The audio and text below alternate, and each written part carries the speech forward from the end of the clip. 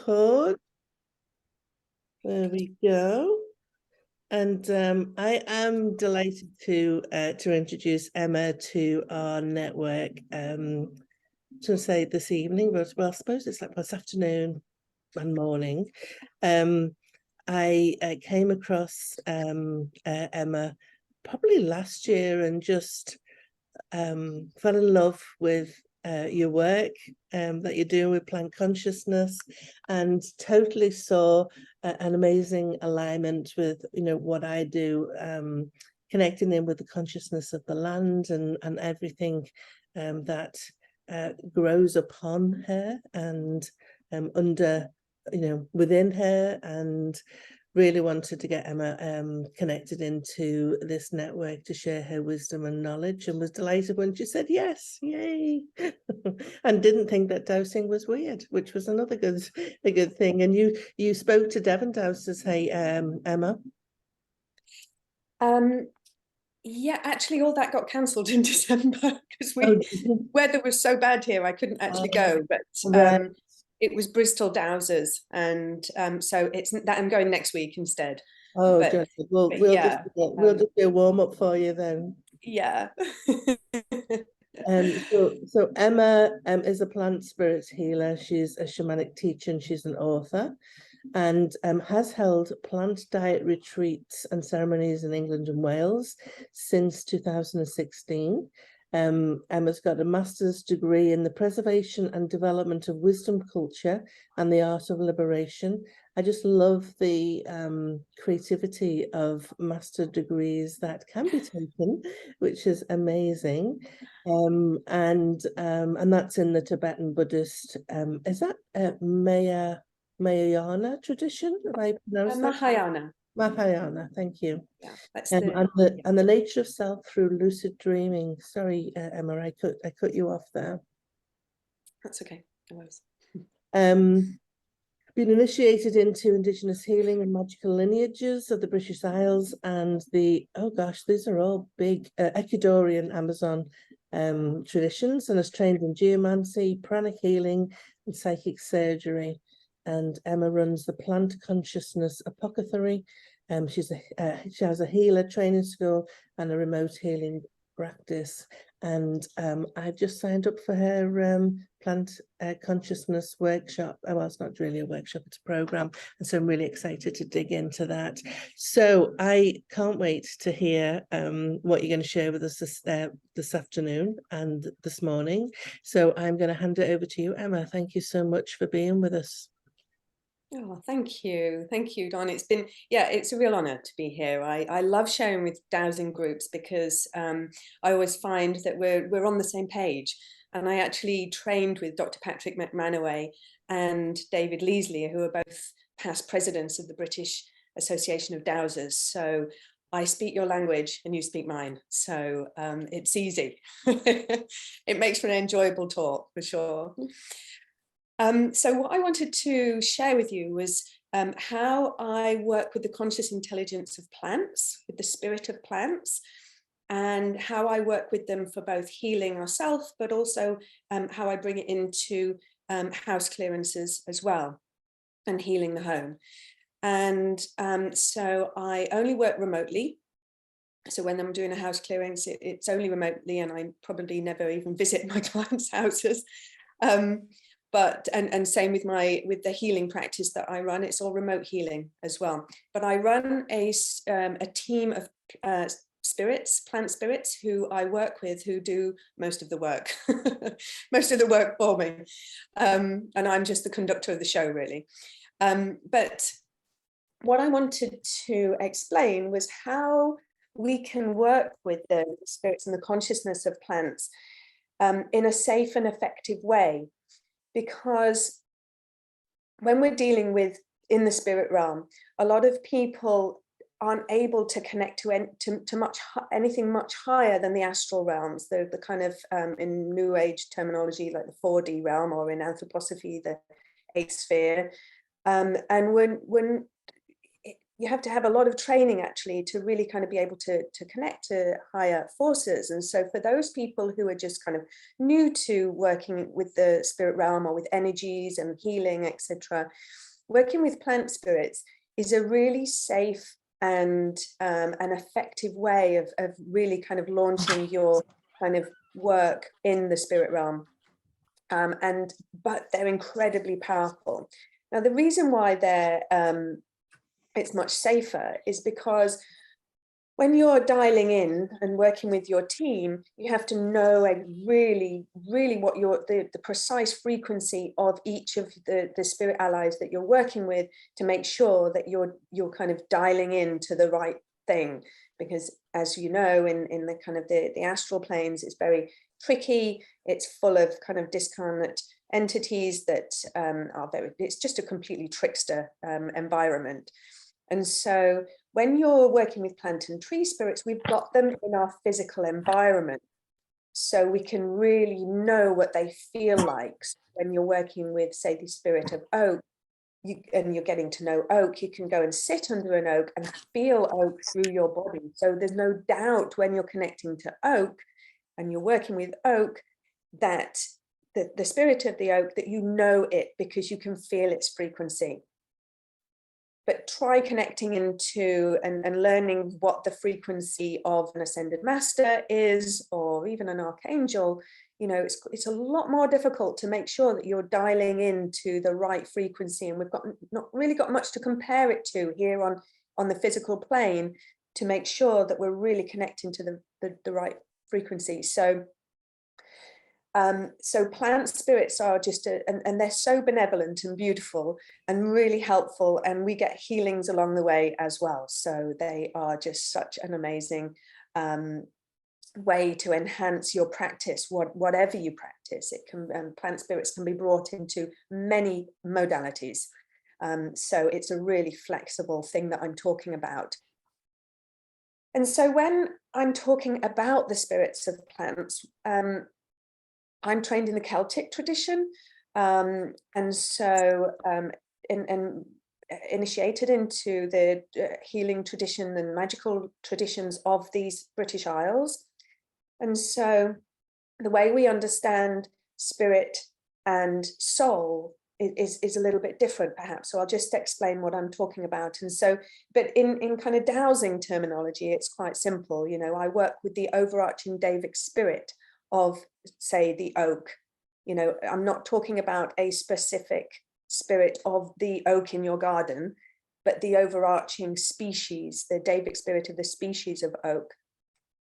And so how this works is that, so each tree will have its own personality, of course. So the beautiful oak in your garden will have a lovely, beautiful personality that's made up of the soul forces of the earth. So the earth, air, fire, water. And so, and just like we have a soul that's created from the soul forces of the earth, the four elements, so do the plants and trees. And so through this soul force, through the individual soul forces, that's where the eternal spirit, the Davic spirit, if you like, the part of us that journeys from lifetime to lifetime, is the eternal spirit. And that works through the soul forces that are, and then your soul forces, of course, when we die, the soul forces go back to the earth, and our eternal spirit moves on. And so that's, for me, the difference between soul and spirit. So so with the plants and trees, it's the overarching spirit, the eternal spirit of the plants and trees that I'm talking about. And each species, each plant, each tree really has a unique eternal spirit. So in the British Isles, we've got a lot of kind of folklore, and maybe in the lands where you live, there are a lot of folklore associated with the trees in your land. And this is where you can get some kind of indication of the nature of the eternal spirit of the trees. So, for example, hawthorn is the May Queen here. You know, she's the queen of the Fae. And so you can really get an idea of the type of spirit that you work with. and the elder tree is feared, you know, and she's known as the wise crone. She's known as she's feared actually as a witch, and that's exactly what the eternal spirit is. That's when you're working with the elder, you're working with a high witch. And with the oak, of course, the oak holds the nobility of the divine masculine of our land, and so it's that real sovereign energy that we get from the oak. And it's very kingly, you know, it's the king of one of the kings along with the holly of our land, you know. So so that's the energy that you feel from the trees and when you're working with them. And I've just finished a dieta with the apple tree. So the apple tree is really, the spirit of the apple is really underestimated. She is the mother aspect of the triple goddess of the maiden mother crone in my tradition. And so she embodies the mother aspect of it. So she's very much about healing the inner child. She's very much about helping us to have sovereignty within ourselves. You know, she's a very powerful goddess. And so we're dealing with God, literally dealing with gods and goddesses when we're dealing with the spirits of the plants and trees. And so the way to get to know the plants and trees, like I just mentioned, is by doing dietas. Now, a dieta is when you take a period of time to spend only with that plant or that tree. And the reason why you would do this is that you want to get to know it on a very deep level. You want to know what kind of healing it can do, but also how it can work co-creatively with you. So we're all unique.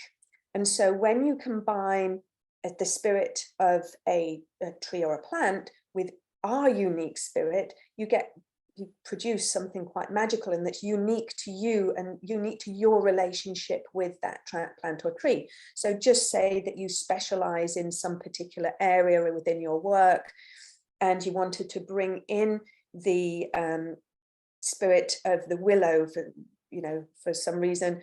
The willow spirit will tell you through the dieta, through spending time with it, meditating with it, journeying with it, ingesting it. I'll come on to that in a second. How you can work together and what you can actually do. And so each particular tree, obviously a tree spirit, is working within a bandwidth of its capabilities. And some tree spirits and plant spirits have a really broad repertoire of what they can do. And really their kind of healing capabilities are limitless. You could spend a whole lifetime with one tree spirit and really not get to know its full entirety of what it's capable of doing. And then other tree and plant spirits aren't used to working with humans so much, and so it might take a little bit more time to get to know them. But basically what I do is, and I've been doing this for the past 10 years, is taking some time, and I don't usually do less than a lunar month. I think a lunar month really helps me to get to know a plant spirit and for it to get to know me during all of my kind of rhythms that I go through during the month, because we go through a lot during the month as the moon travels around the zodiac wheel. We move through all of the zodiac signs, and so all of those kind of archetypes are moving through us every month. And so we need to kind of give that space for this plant or tree to get to know us on that level, on all of our levels. So I set aside a period of time, and I will open that space with some kind of ceremony. And then I'll close the space with some kind of ceremony as well. And then everything in between will be viewed through the lens of that particular tree or plant that I'm working with. So if I decided to work with, I keep coming back to oak because everybody knows oak. If I decided to work with oak, I would take the medicine of oak for that duration as well. So I would look at getting an oak essence, so the vibrational medicine of oak. And that's particularly important if you're working with plants and trees that are toxic or poisonous, like the yew tree. So the yew tree is brilliant in house clearances, etc., and clearing things, but obviously you can't ingest the yew tree apart from the flesh of the berries. So you'd have to work with the essence of the yew tree. And so this doesn't have, an essence doesn't have any of the chemical constituents of the plant or tree in it, but it has the vibrational resonance. So I work with plant and tree essences a lot because they are really underestimated in the power of being able to connect to the spirit of the plant or tree. It through the unique resonance in the essence, it's really powerful. So I work with always work with essences. With the oak as well, you can obviously ingest the bark, not too much of it because it's got tannins, etc. So you do have to kind of research the plant or tree that you want to do your dieta with, to make sure that you can what medicines you can make and how much of it you can ingest. So you have to have a little bit of herbalism, but if in doubt, just stick to the things that you know you can make teas, infusions, decoctions, and essences from. And so during that month, I'll go, you know, if I can take time off work and if I've got some spare time, etc., I'll make space to make friends with that spirit. And so I'll really dedicate a lot of time. I'll make offerings to the tree, etc., and I'll really request that I am the student of that spirit so that I can get to know it really well. And so during the month, I will dream with the spirit. I will do shamanic journeys with the spirit. I'll meditate with it. But even when I'm going about my daily chores, such as doing the washing up, you know, I'm still with the plant or tree because that's my intention for the whole month. And so everything I do throughout the month and everything that happens to me is viewed through the lens of that plant or tree, because it's always trying to teach us something, always. And of course, the most powerful thing when we're working with all plant and tree spirits is intention. So whenever we're working with plants and trees, intention. So we have to have an intention for that dieta. And so, i.e., I need a new plant, I need a new ally to work with, you know, house clearances or, you know, my kind of healing sessions. So how can I work with you? That would be my intention, for example. And so over the years, I've built up a team that I work with, and each ally does a different job.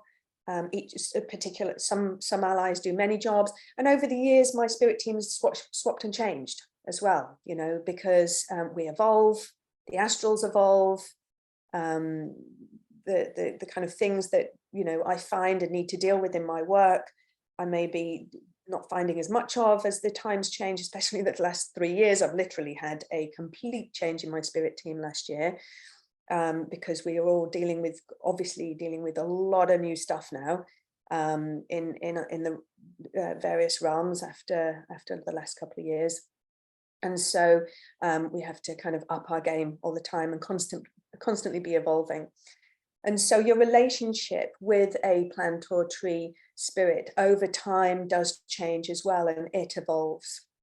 And so when you're doing this dieta, it's the key is to get to know the frequency of the plant or tree. That's what you're trying to establish. How does it feel in me? There'll be a unique connection, a unique frequency, a unique feeling for each person, each of you differently. So if you all decided to do a dieta with hawthorn, you'd all have a different unique quality. We call it a handle that you would each kind of establish with that tree. And so, for example, my handle for when I'm working with hawthorn is that she creates this kind of like wave like feeling over my chest area, over my heart chakra. And so now, and so I established that over a period of time. And so now if I want to call mugwort into into my space, healing space, to kind of help me work on something, that's all I need to do. I don't need to take the medicine. I just literally call on that frequency, and it's like a telephone line that dials straight into mugwort. I know it's her because I can feel that I've called that number through that frequency, and she can come in, and as long as I've got a safe space, she can come in and do the work. So that's the kind of like container of how I work with the plants and trees. And so it's so enjoyable. I just love it because you know, you're getting the healing along the way too, because all of nature reflects our consciousness back at us. This is the beauty of it. And I'm sure you've heard of all the kind of psychoactive plants that do that, like ayahuasca and mushrooms and iboga and lots of those amazing kind of exotic plants. But our common native plants and trees do the same thing. If we approach them in that kind of reverential way and in that kind of open way, then I have had just as psychedelic experiences working with with hawthorn and with elder as I have done with ayahuasca. And I've been in the Amazon and worked with ayahuasca a lot, but it's our common native plants and trees that really got me excited about my work, you know, because we can have a relationship. I didn't want a long distance relationship with the plant in the Amazon. You know, I wanted relationship with the plants in my garden and in the forest behind my house. So getting to know our plants and trees and realizing that they're just the same as master plants. They actually help us to see where the blind spots in our psyche are, and therefore where our doorways are. So when we're working in the spirit realm, we have to know our doorways. If we don't know where our doorways are, in the words of my teacher, Patrick McManaway, we'll get slimed. So you have to know your doorways. So what a doorway is that if we've got unresolved traumas, big unresolved traumas from our childhood, we might not even know we've got these unresolved traumas until we start looking for them. Or it might be very obvious to you. If we've got these unresolved traumas and things we haven't quite kind of integrated, they create blind spots in the psyche. And the psyche and the energy field is the same thing. So the energy field, body, mind, it's all one. We just, you know, we separate them to understand them, but it's all one unit. And so if we've got a blind spot in the psyche, we've got a blind spot in our energy field. And so therefore we can be infiltrated. Because when you've got a blind spot, it means you're not fully whole. You haven't kind of expanded your selfness, your presence into all of your energy field. There's blind spots. And where there's blind spots, it's like the lights are on, but nobody's home. And so other kind of entities and toxicities, you know, in the energy world, like attracts like. So if you've, say, got a unresolved trauma of a certain form of emotional abuse from your childhood, then that will attract an entity, potentially, not always, of the same frequency. So the same emotional abuse you can attract an entity. And that can jump from, say, you've got a friend who's got the exact same, you've bonded with a friend because she's got the exact same wound as you can quite easily pick up their entities, and just like we share the entities with our families and loved ones. So we have to know what these doorways are. And even if we don't resolve them, at least know them, because at least if you know your doorways, then you know when you're getting triggered. And when you're getting triggered, that's when you're vulnerable, you know. So these are the kind of the things to look out for. But if we can integrate that shadowy aspect of ourselves, and we can look at those dark parts of ourselves with the help of plants and trees, because this is the realm of plants and trees, this is what they do. They help us to look at that stuff, and they help us to move through it. And especially the more transformational plants like dandelion, like St. John's wort, the transformational trees like hawthorn and apple, what they do is they actually protect you at the same time. So you know, when you look at the magical qualities of different plants and trees, and they say, oh, this one's protective. Well, they're the ones that are probably the most transformational. So they'll really help you to transform and overcome your issues and your kind of weaknesses, the blind spots in your psyche. You do that and you become a much better healer, much more psychic.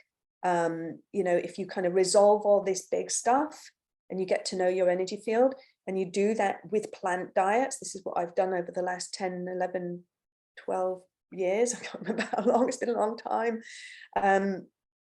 then you become much better at what you do. And so of course the healer has to be healed. The way of the shaman is called the way of the wounded healer, because it's the wounded healer. It's usually the really deeply wounded people who become the best healers if they deal with their wounds. So that's how we can really transform with the plants and trees. And as you know, if you look at the batch remedies, the batch flower remedies in the pharmacy, each kind of plant or tree can really help with different things. But, you know, you don't have to be so kind of formulaic like that, because the plants and trees aren't really allopathic. So they don't really work on that same principle of, I've got anger, oh, you need holly. It's much more fluid than that, and actually works much more in a sympathetic way, in that rather than counteracting an effect, you know, if say I've got an anger issue, then I'd work with a fire plant like nettle to really help kind of rebalance the fire. So we work sympathetically as well. It's much more effective and much more fluid. So it's not so kind of regimented, and so lots of different trees can help with different things. And so that's what you find when you apply this methodology to working with houses and the land. You know, flower essences and plant essences work just as well on the land as they do on the human body. And the tree spirits and the plant spirits work just as well healing the land and doing clearances in houses as they do in helping clear your energy field, or helping you move through your blockages. So when you're getting to know a plant or tree, that can be part of your intention to get to know it, is to find out how it can work with land healing or house clearances or whatever it is that you do.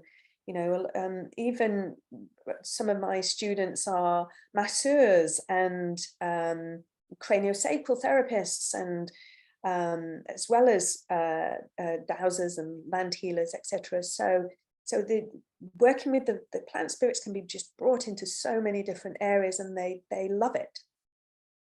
But the importance here is that it's a co-creative partnership. So when you're working with the plants and trees, it's not that you are what's the word? It's not that you're kind of capturing them to work for you. It's that you've agreed to work together. So during that plant dieta, it's a working together kind of thing. It's a friendship you're forming. So I'll make offerings and requests. And so I'm wanting to develop that friendship. And actually, if a plant or tree spirit doesn't want to work with you, then it won't. And it has a free will. We can't override the free will of anything in our work. That's the kind of the number one rule, isn't it, for all of us in dowsing and land healing, is free will is king. So we don't want to cross that line into kind of like the shadowy realms. So I thought I'd give you some examples as well of what different kind of plants and trees, and mainly trees actually, because I know that was the subject title, of what they can do with home clearings. So so I mentioned oak. So oak, and which is a really good one because it's so prolific and so easy to get to know, because, you know, getting to know oak is like getting to know your granddad. You know, it's like, oh, I know this spirit. And because we grew up with oak, you know, and we knew it as a child, and you probably loved oak trees, it's like getting to know an old friend. And because it's so ancestral and had such a powerful impact on our ancestry, that it really, we know it at a DNA level, we know oak. So oak holds sacred space. So oak clears space. So when I'm, say, just on the basic level, smudging my house, I'll use oak first to kind of like draw out impurities. Because what can happen over time, as you know, if spaces don't get cleansed properly, the kind of the toxicities just kind of sink into the fabric of the house, and it's quite difficult to kind of like pull it out. So oak is really great at doing that, pulling those toxicities out of the kind of the depths, and then you can move in with other cleansing plants, etc., to then cleanse the energy, the toxic energies, and transform it that's been pulled out, such as, you know, mugwort or sage, or you know, whatever you use. There are many. And then oak as well, I'm sure you must be aware of, when you're doing house clearances, that it's a really good idea at the end of a house clearance to have, if the house has got a garden with trees in it, to establish a guardian tree for the house. So at the end of a clearing, I like to kind of, depending on where the house is and whether it needs it, it might need kind of like enveloping or protecting, particularly from, say, kind of EMFs or incoming toxic energies from the surrounding area. Really needs a protective kind of shield. So that you can establish which is the guardian tree in the garden, and speak to the spirit of that tree and ask it if it would kind of extend its guardianship to every corner of the property. And oak is particularly great at this because it holds space. It holds space for about 2,000 species of like animals and insects, I think, and birds. So it's used to holding that space and providing a clean home for things. And so it's also a great way to get your clients involved in the clearing, because, you know, and to be kind of invested in the outcome of the clearing as well, in that they can actually be informed that this is the guardian tree of your property, and therefore it could potentially be the blessing point of the property. Quite often I find, you know, I establish what the blessing point is at the end of a clearing, so that I can tell the client, and they can use that as the place where all of the kind of, they can make offerings there, or put a nice kind of stone or something, or it might be the guardian tree is the blessing point. And so then they can make sure that they are aware of that. The kids can get involved as well. It's, you know, and it's really nice. And so then all of the beautiful kind of positive energy from their blessings and their offerings and their love of that tree just permeates out to all kind of corners of the property. So that's a really beautiful way of bringing in the trees, I find, to kind of connect with your clients as well, and help them to connect to the process of what's going on. And then, of course, during the house clearings, you might come across certain kind of toxicities or entities that might need releasing, and so a lot of tree spirits can do that for you. The yew tree, as I mentioned earlier, is so powerful. It's kind of more of the kind of like advanced stages. So I wouldn't kind of dive in with yew tree if you're new to working with tree spirits, because it really is a very kind of, it's very different to any other tree spirit you'll come across, because it's such an ancient consciousness. that's kind of really been here since pre-solar times. So it's very powerful. And they, you know, it's kind of known in the as the tree of eternity. That's why they put it in the graveyards, etc. And so it kind of but it holds earthbound spirits. So quite often, if you find, if there's a yew tree on site of the house clearance that you're doing, then, you know, it really needs checking for earthbound spirits, because it kind of holds them, and then they'll need releasing. And so I'll have a psychopomp. My psychopomp ally is elder.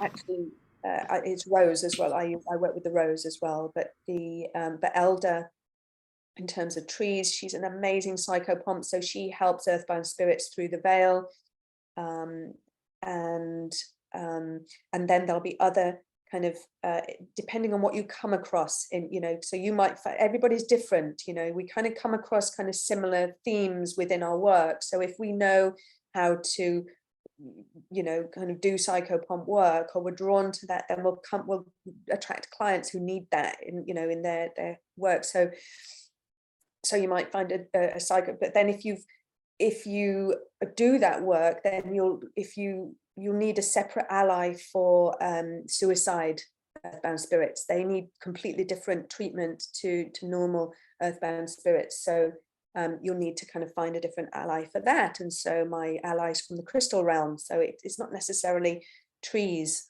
So we can have allies for all the different types of toxicities that we come across. And actually, I've kind of got a bit of a cheat sheet in that I work with foxglove at the moment, and I don't often work with that many other allies at the moment, because foxglove seems to be doing the lot for me at the moment. So I'm a bit on easy street with my spirit team at the moment, yeah. So yes, was there anything else I wanted? Oh yes, so also with the yew tree and certain trees, they can really help protect against EMFs and all those kind of like nasty kind of frequencies that are inbound from outside sources, like different forms of radiation, etc. So the yew tree is a really powerful tree for that. And then these trees can then be instructed to kind of continue that work and to expand their range of influence to cover the property and kind of and over an indefinite period of time as well. And so asking your allies to do things over a period of time and to continue that work, and that again needs to be put into a time frame from them, because they work in the now, and they actually work outside of time and space. So they need to kind of like have their kind of their influence just put into a time frame for them, because they don't generally work in that way.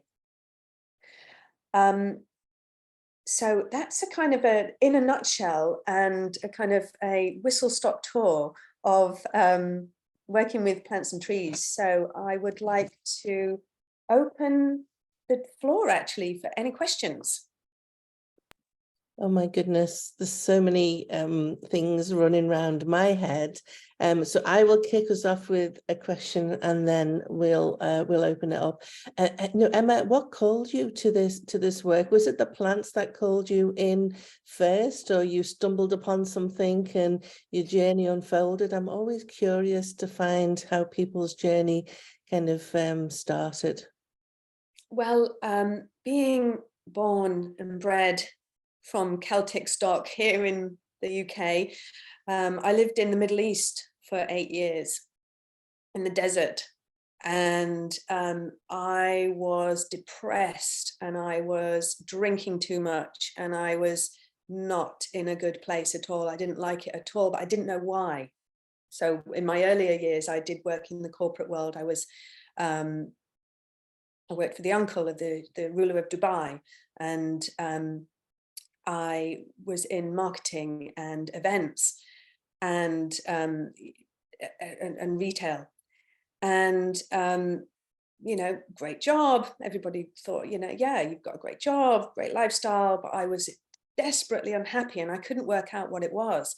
And so I used to go every year, go back to my mum's. She lives in France. And so I'd go back to hers, and I'd suddenly feel great as soon as I'd arrived back. And I'm like, what is this? And it's nature. It's I'm born amongst 4 seasons. In there, it's just bright. In the desert, it's just bright sunshine all year round, which sounds great to some people, but it's actually not. It's actually quite depressing after a while, because I like the change in the season. My body's used to it.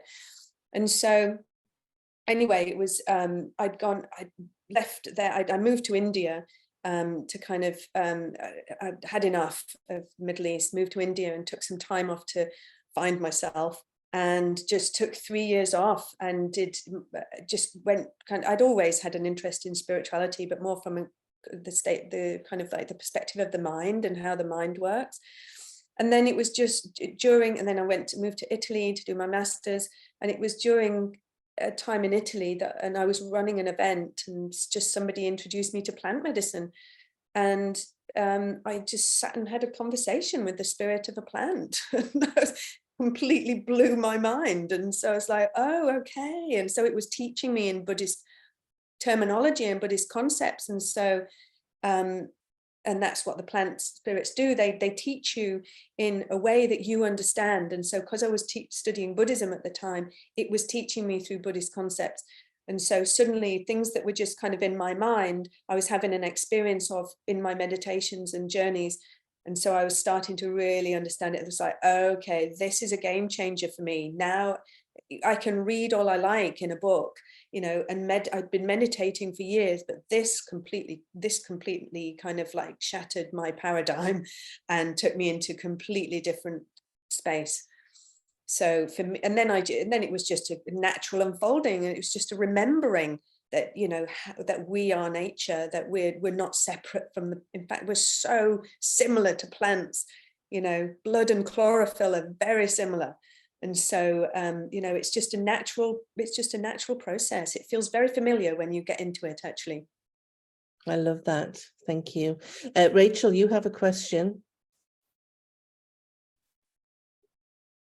Oh, thank you. That was absolutely wonderful. I can't tell you. I want to do your courses. I want to learn all about it now. I'm absolutely taken with it, honestly.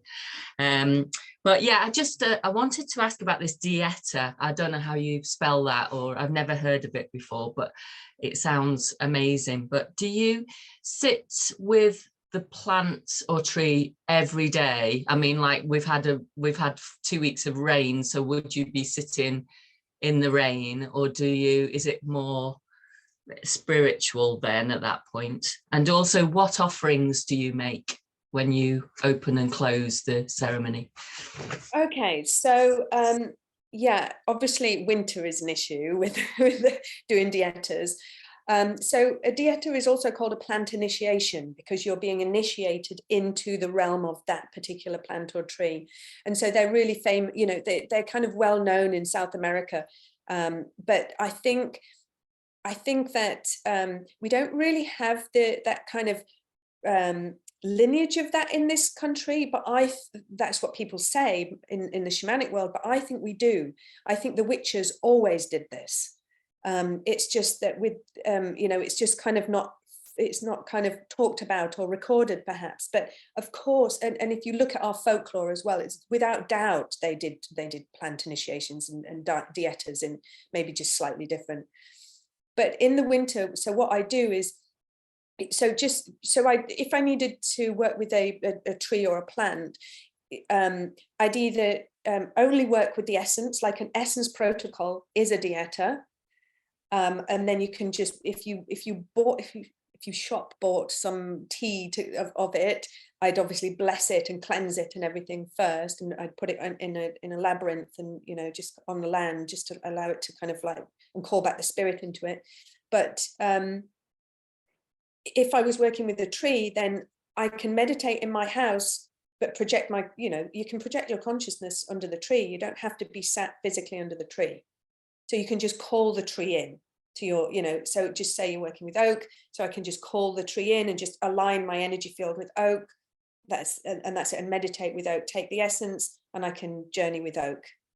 So, and then in terms of offerings, Really depends. If it's a really ancestral plant or tree, then I'll offer some alcohol. I pick rose petals and dry them so that I can make them as offerings. Sacred tobacco. Sometimes I'll make things, little crystals. Yeah, anything that you value and prize and think's lovely.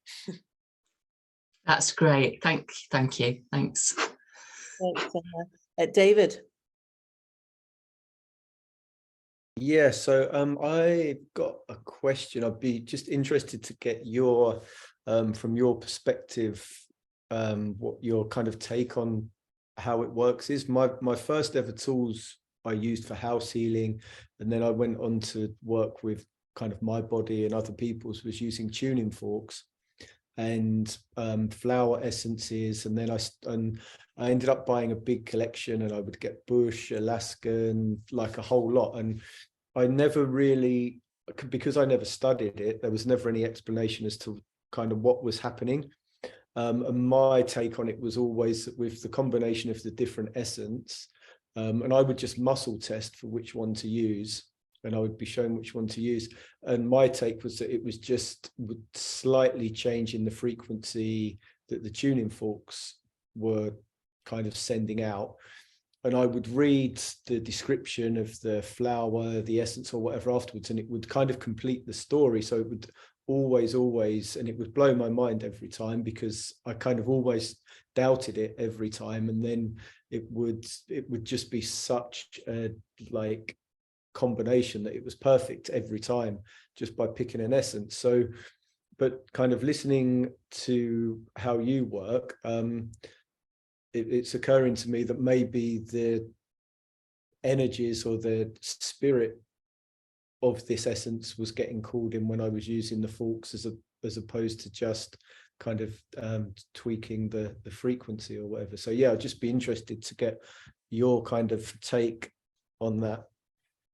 Yeah, that's a beautiful way to work. They're really nice. And I think, you know, spirit knows best. So spirit will just, you know, it's like choosing a tarot card, you know, it's always the right one. And so choosing an essence, it's always going to be, you know, the right one. What if you kind of in your alignment and in integrity, then of course it's going to be that way. So yeah, you can work in that way as well. And you know, there are different ways and different levels of working, and so yeah, I don't know what else to say about that. So I just never actually felt that I was kind of calling in the plant or working within that way, but it was just that every single one, it was just so much like flexibility and would do exactly what was needed to do. But I felt like I was never involved in the process really either. Yeah, I mean, so yeah, each plant, even though there's a description about the plant in, like that you said, in a leaflet, the plants and trees do way more than what you can put in it. That's just like the tiny tip of the iceberg, you know, because when you're working at an energetic level, you can really have a much broader range of what you can actually do than if you're working at a physical level. So obviously with plants and trees, they reflect that when we're working at a spirit or soul level with the plants and trees, they reflect their kind of energetic healing qualities, reflect their physical healing qualities, but then there's more on the energetic level as well. So they can be really kind of flexible in what they do, and they can swap in and out to do different things, and whoever's the most appropriate at that point in time will come through, because spirit knows what's more appropriate than we do, because there's so many kind of frequencies to take into consideration. So yeah, that's a really nice way to work, in that, you know, you're just kind of intuitively bringing in the plant spirit that's needed. Yeah, it did surprise me a few times as well, because when I was on travels, I would always take my tuning forks with me, but obviously not bags of essences. And I did find that I was even able to call the essence in without having it with me, and it would still have the same effect as well. Yeah. I mean, I would be, just me, but the reason why I get I do dietas, and because I want to be absolutely sure that that what I called in is exactly what I asked for, because even if I've got, you know, even if we've got great inner vision, we can easily be tricked into what it is, you know. And so for me, because I work with clearing people's energy fields and not just the land, I have to be super sure that what I'm calling in really is what I think it is, because I'm calling it into somebody's energy field. And so for me, I have to be so precise in what I do. Just a word of warning and caution, really, because we're in really different times now. The astrals are a very different place to what they were 2 years ago. And so many things are wanting to come in and take energy, and, you know, they all want to incarnate. That's what they're trying to feed off us. So so yeah, just I mean, one of my big themes is psychic hygiene, so that's why I kind of bang on about it a lot. Great. Yeah, cool, thank you. Thanks, David. Kieran, you're on mute. As you can tell, I'm so good at Zoom. Emma, hi, I'm really glad to meet you. I'm also a curandera, and I'm trained in the Amazon, and I'm so excited to hear you talk about working with plants and house healing, because I've been always, I feel like the odd one out, working with plant guides and, you know, a full team of trees and lianas and various other things. And so, yeah, thank you for being here. And what I was going to ask was for you to elaborate about connecting with Dieta and how important it is for safety and to know the voice of the plant. And then you just answered it 2 seconds ago, so I'm kind of all good. But yeah, I think it's just really awesome to see somebody else working with plants in this capacity. Yeah, and we get tested, you know, We when do. we start on this class, we get tested, you know. I've been tested numerous times. My spirit allies will allow other entities in just to see if I can tell it's not them. So we get tested with it. And so when we're starting out on this path, we get spoon-fed, really, you know, but then the more we progress, the more we know, the more we get tested on it, and the more we have to take responsibility. So yeah, it's we really have to kind of, you know You have to know who you're talking to. Yeah. Yes. Yeah, absolutely. Totally. Beautiful. I'm going to rewatch the video because I missed half of it. I'm in Canada, so just looking forward to seeing the rest of what you have to say. Oh, lovely to meet you. Good to meet you too. Another plant spirit healer. Thank you. Thanks, Kieran. Nick. Oh, hi, Emma. Thanks for the talk. Hello. Nice to meet you. Just before I ask a question, Kieran, that's the first time I've ever heard the word liana used in a sentence. It's what I named my eldest daughter. I have 2 lianas in my body. It's climbing vine. Yeah. Yeah. Emma, I was just going to ask you a question. Have you ever worked with the chestnut? And the reason I'm asking that is in my garden, I live in the forest, but in my garden, I have 3 chestnuts, which is like a mother, daughter, and granddaughter. I have 3 apple trees and 1 big spruce, and they're in a circle. And it's quite a powerful circle because in the center of that circle is the power center of the garden.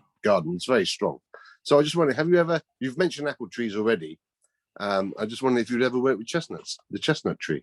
I don't. It's on my list to work with this year because I've got a beautiful big sweet chestnut just up at the top field, and then close to me as well. I live close to a Buddhist center, and their land is just spectacular. And there's this 900-year-old oak that's phenomenal, and right next to it is this really ancient chestnut tree.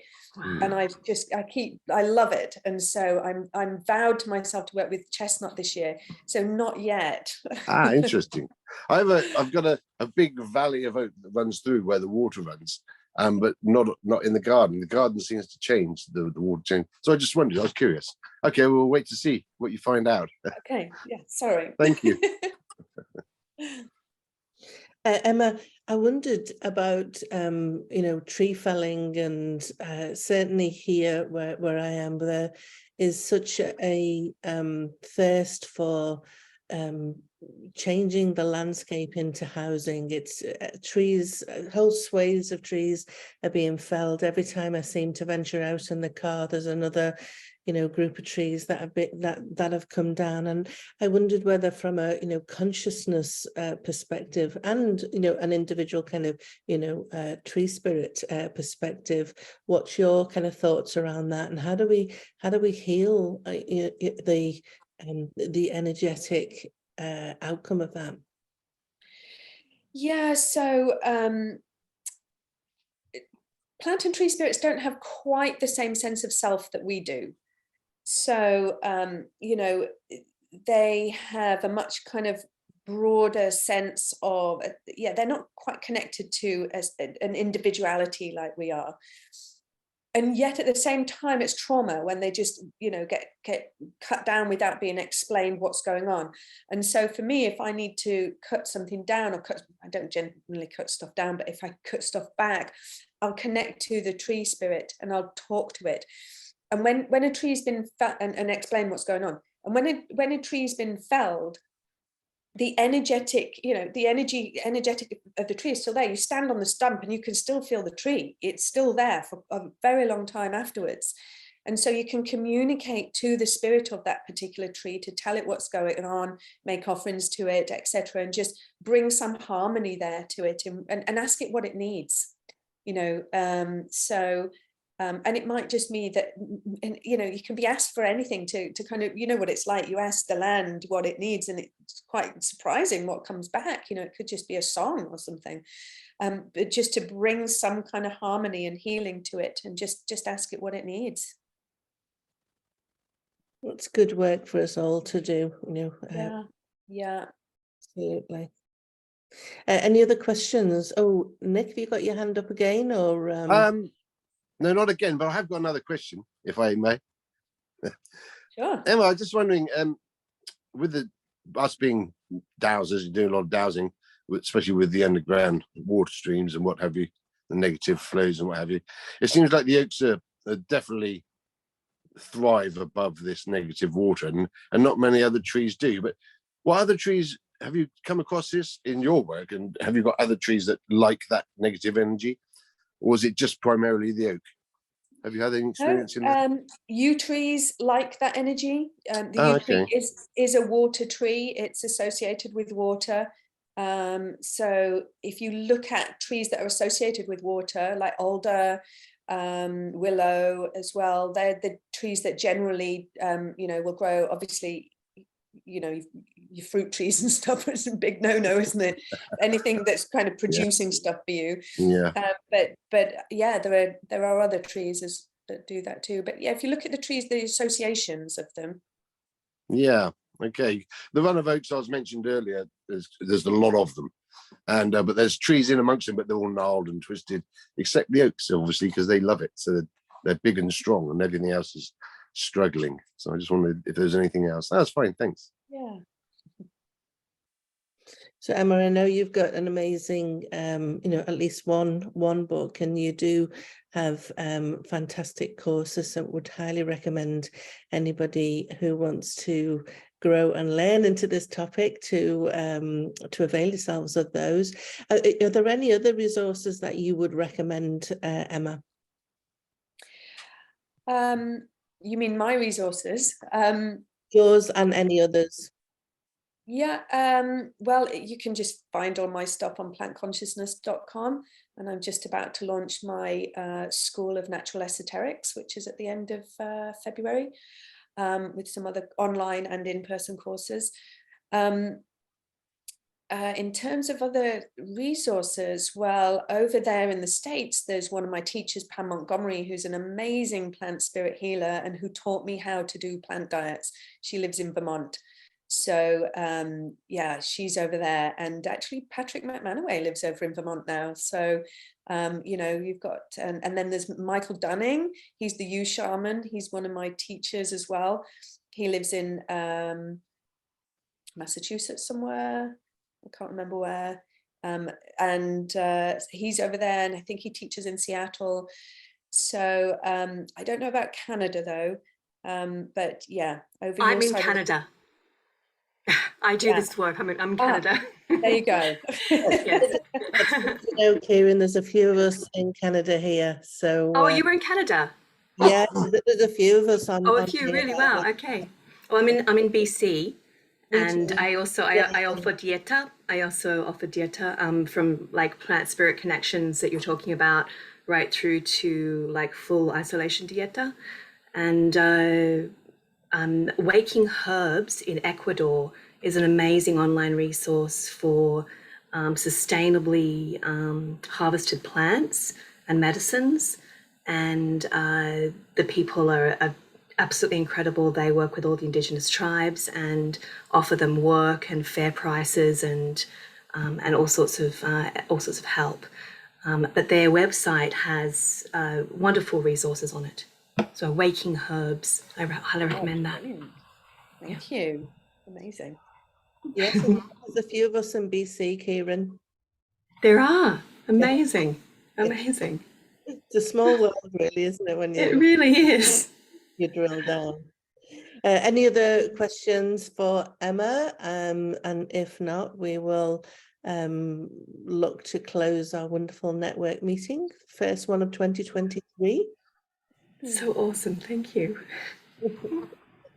So Emma, thank you so much. Oh, big love there. Thank you so much for spending your time with us. I am inspired to lean into plant and tree essences more. I shared, I don't know if anybody heard when I was chatting to Emma at the top of the hour. I've just signed up for a course, so I am so excited to dive in, and dandelion is the first flower essence that I'm going to be creating a deeper, meaningful connection with, and I've loved dandelion for I think all of my life, so that makes me happy that that's the first one. It was like, yeah, it was meant to be, really, wasn't it? So thank you so much.